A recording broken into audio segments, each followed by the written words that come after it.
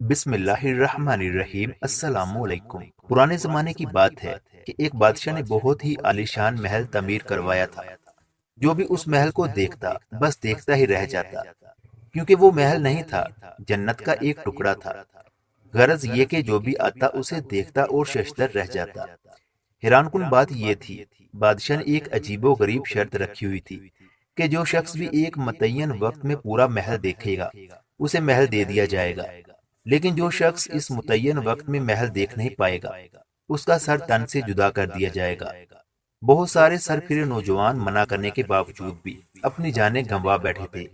جو بھی اندر جاتا پورا تو کیا، آدھا محل بھی نہیں دیکھ پاتا تھا کہ وقت ختم ہو جاتا اور وہ اپنی جان سے ہاتھ دھو بیٹھتا۔ اس بات کا چرچا بہت دور دراز تک پہنچ گیا اور یہ خبر اڑتی اڑتی ایک دیہات میں رہنے والے نوجوان کے کانوں تک بھی پہنچ گئی۔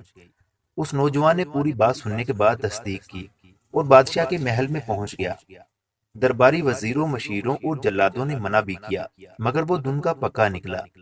خیر اس نے اجازت لی اور متعین وقت دے دیا گیا۔ اس نوجوان کو محل میں پہنچا دیا گیا۔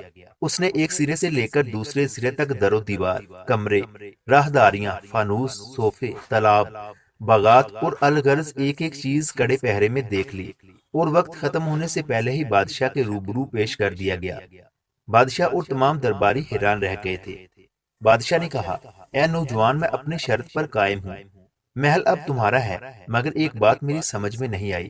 وقت ختم ہونے سے پہلے طے شدہ وقت میں اتنا خوبصورت محل جس کے در و دیوار، کیاریاں، باغات، تالاب اور کمرے وغیرہ اتنے خوبصورت ہیں کہ تم سے پہلے جو بھی اندر گیا کوئی باغ میں پہنچ کر باغ کی خوبصورتی میں کھو گیا، کوئی کیاریوں، کوئی در و دیوار کے نقش و نگار میں کھو گیا اور اس طرح وقت ختم کر کے اپنی جان گنوا بیٹھے، لیکن تم نے پورا وقت بھی نہیں لگایا اور محل بھی دیکھ لیا۔ نوجوان نے بادشاہ کی بات سن کر ایک زوردار کہکا لگایا اور کہا، بادشاہ سلامت، مجھ سے پہلے جتنے بھی لوگ محل دیکھنے آئے سب کے سب بے وقوف تھے، جو محل کی خوبصورتی میں کھو گئے اور اپنی جانیں گنوا بیٹھے۔ بادشاہ سلامت، محل کے صدر دروازے سے اندر داخل ہوتے ہی میں نے اپنی آنکھیں نیموا کر لی تھی اور پورا محل آنکھیں بند کر کے دیکھ آیا۔ میں اتنا بے وقوف نہیں تھا جو محل کی خوبصورتی میں کھو کر اپنی جان گنوا بیٹھتا۔ اے بادشاہ سلامت، اب یہ محل میری ملکیت ہے، میں اسے جی بھر کر دیکھتا رہوں گا۔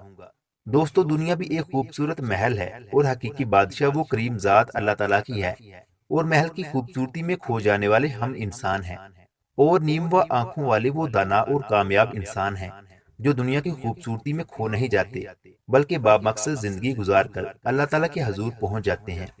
اس کہانی سے آپ نے کیا سیکھا؟ اپنی رائے کا اظہار کومنٹس میں لازمی کریں، اور مزید اس طرح کی اچھی اچھی اور سبق آموز کہانیاں سننے کے لیے ہمارے یوٹیوب چینل علمی روم کو سبسکرائب لازمی کریں۔ ملتے ہیں اگلی ویڈیو میں۔